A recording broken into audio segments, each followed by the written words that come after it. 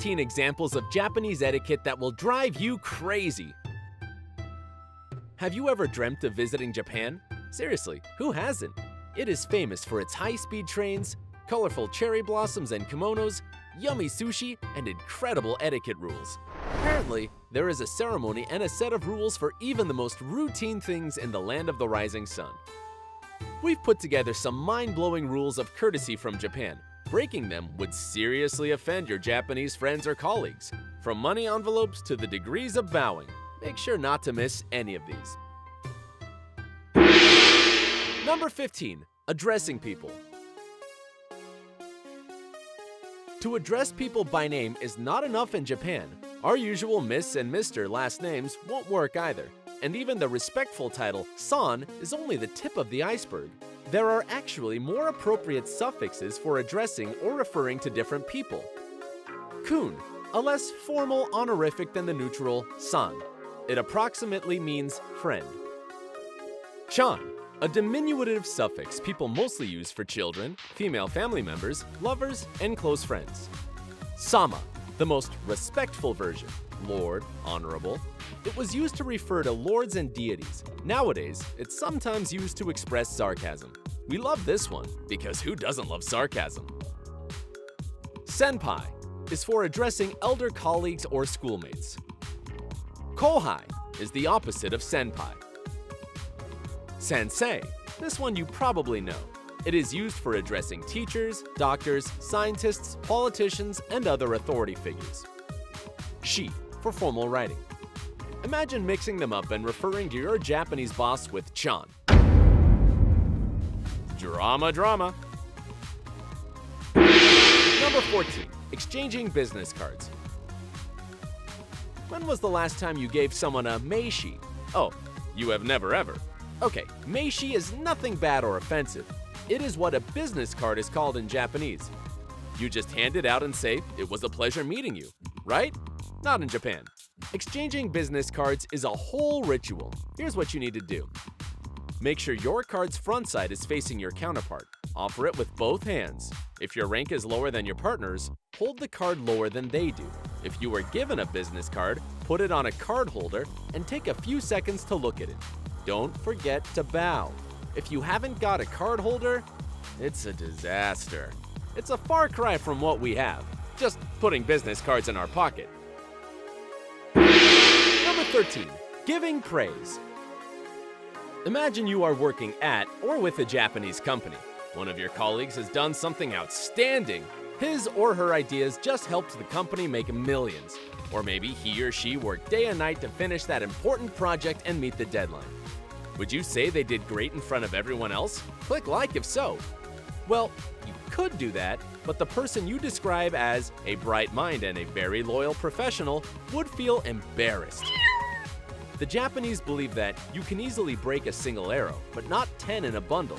In other words, group solidarity is much more important than individual success to them. So if you want to give praise to someone, say their team did a great job. Number 12. Punctuality. Timekeeping means so much to the Japanese, they are surrounded by clocks. Every park, store, and even many of the billboards have clocks in them. When a train is 1 minute late, the railway company will make an announcement with their sincere apologies. The driver of a bullet high-speed train is not expected to stay more than 15 seconds off schedule. So don't be surprised if you have a meeting, a real or an online one, scheduled with your Japanese colleagues, and they start messaging you asking if everything is all right with you when you are 1 minute late. Imagine what a torture it must be for a Japanese person in, let's say, Italy, where life is more relaxed, and a few minutes could mean a couple of hours. Number 11. In an elevator. It turns out that even here there are informal but clear rules. If you are the first to enter an empty elevator, you become the elevator captain, and you should stand close to the control panel. You'll need to hold the door open until everyone has entered the elevator. Repeat, so for each floor at which the elevator stops. You must also be the last to leave, and you need to do everything very quickly.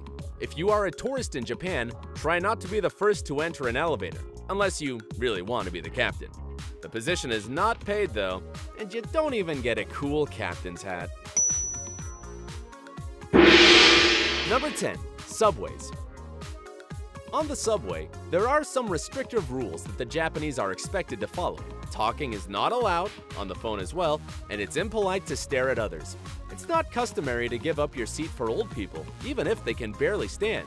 There are special seats marked with the sign for them, as well as for disabled people and pregnant women. You can't take those seats if you don't belong to those categories.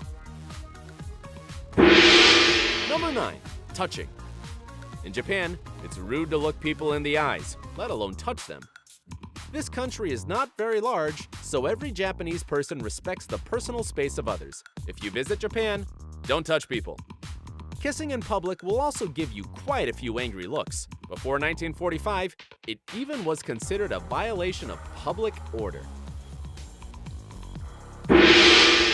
Number 8. Keeping it clean. The Japanese are obsessed with punctuality and cleanliness. Taxi drivers wear white gloves. Face masks protect people from germs. There are mouthwash fountains in public places to keep your breath fresh. There are moist towels at every restaurant to keep your hands clean without touching any taps. If you visit a Japanese home, prepare to take your shoes off before you enter. You will get slippers instead. Don't be surprised to get an extra pair of slippers to put on before you go to the bathroom. You will take them off again as you come back to your seat. And if you see a tatami, which is kind of like a mat, remember there are no slippers for it at all. You can only step on it with your socks or with bare feet. Number 7. Eating outside. There are lots of fun foods you will definitely want to try in Japan, from bento boxes, which can come in a super fancy design, to ramen and whatnot at the yatai stalls. One thing to remember here is that you can't bring your own food or drinks to the stall, which makes sense, and you can't occupy your table for too long as there are other people waiting. The same rule works in parks and public spaces. Yes, it is considered bad manners to sit in one place slowly enjoying your meal or life in general. There is a good chance others want your spot on a busy day. More than that, there are some public open spaces where eating and drinking is forbidden altogether. Eating while walking is also not a thing, because ikai ichi dosa, which means one thing at a time. If you still want to try to eat while walking, be prepared to carry your trash around before you find a trash can.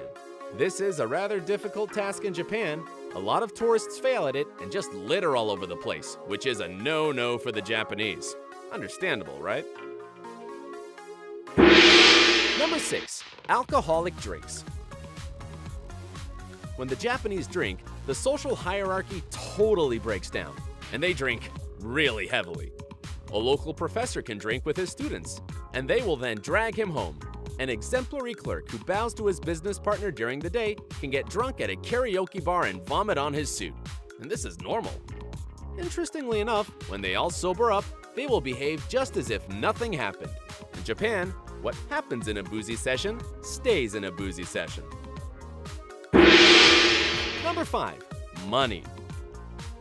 The Japanese have a strange attitude toward money. For some reason, they are embarrassed to show it in public. Therefore, money envelopes decorated in a traditional manner are very popular here. And if you haven't got such an envelope, you'll have to wrap the money in a piece of paper before giving it to anyone. Of course, you don't need to do so at supermarkets, but you still have to consider this rule. You can't hand your money to the cashier, only put it in the cash tray. And it's all for the sake of the protection of personal space. Number 4. The art of sitting properly. To sit by folding one's legs underneath one's thighs is called seiza, and the Japanese sit on the floor only in this way. They feel comfortable sitting seiza style, as if in an armchair. But if you are not accustomed to it, your feet become numb within a couple of minutes. If you are a tourist or a senior and spread out your legs, you'll certainly get away with it and no one will say anything. But it would be unimaginably inappropriate for a Japanese person to sit this way. Number 3. Gifts. In Japan, the culture of giving gifts is very strong, and there are 2 special gift-giving seasons each year, O-Chugen in summer and O-Seibo in winter. In many countries, it is customary to open a gift at once. In Japan, it's a sign of greed and impatience. Besides, what if the gift giver is embarrassed about their modest gift and notices a shade of discontent coming over your face like a wind in the reeds? By the way, do you think flowers are a good gift? Click like if so. You have to be very careful if you want to give someone flowers in Japan. Lilies, lotus blossoms, camellias, and any white flowers, in general, are reserved for funerals. Potted plants will not be appreciated because of superstitions. Anything in a set of 4 is believed to bring bad luck, and number 9 is considered unlucky as well. So many things to remember not to embarrass yourself. Number 2, bowing. The art of bowing is so important in this country that children learn it at an early age. Imagine this. There are many different ways to bow in Japan: standing, sitting, and female and male variants. Here are some of them. The greeting bow, eshaku, of 15 degrees is for people of equal business or social rank.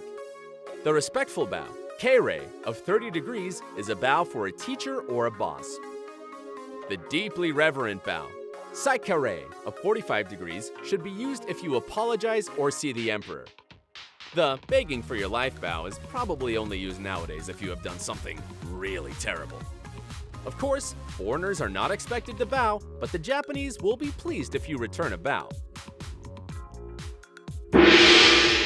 Number 1, taking leave. In Japan, a customer or business partner is almost a god and is treated with incredible respect. When they leave, the whole company follows them to the door or elevator and keeps bowing until the doors are closed. It's very inconvenient if this happens in a business center with several such delegations crowding at elevators at the same time. Besides, foreign customers can be embarrassed. The Japanese of the new generation believe that this is a little bit too much and often ignore this ritual. Who knows what's going to happen to the traditional Japanese etiquette in the coming centuries? Which of these etiquette rules sound like the craziest to you? Or maybe there are some you wouldn't mind following yourself. Share your thoughts in the comments section. Hit the like button and subscribe to our channel. There are more fun videos on the way.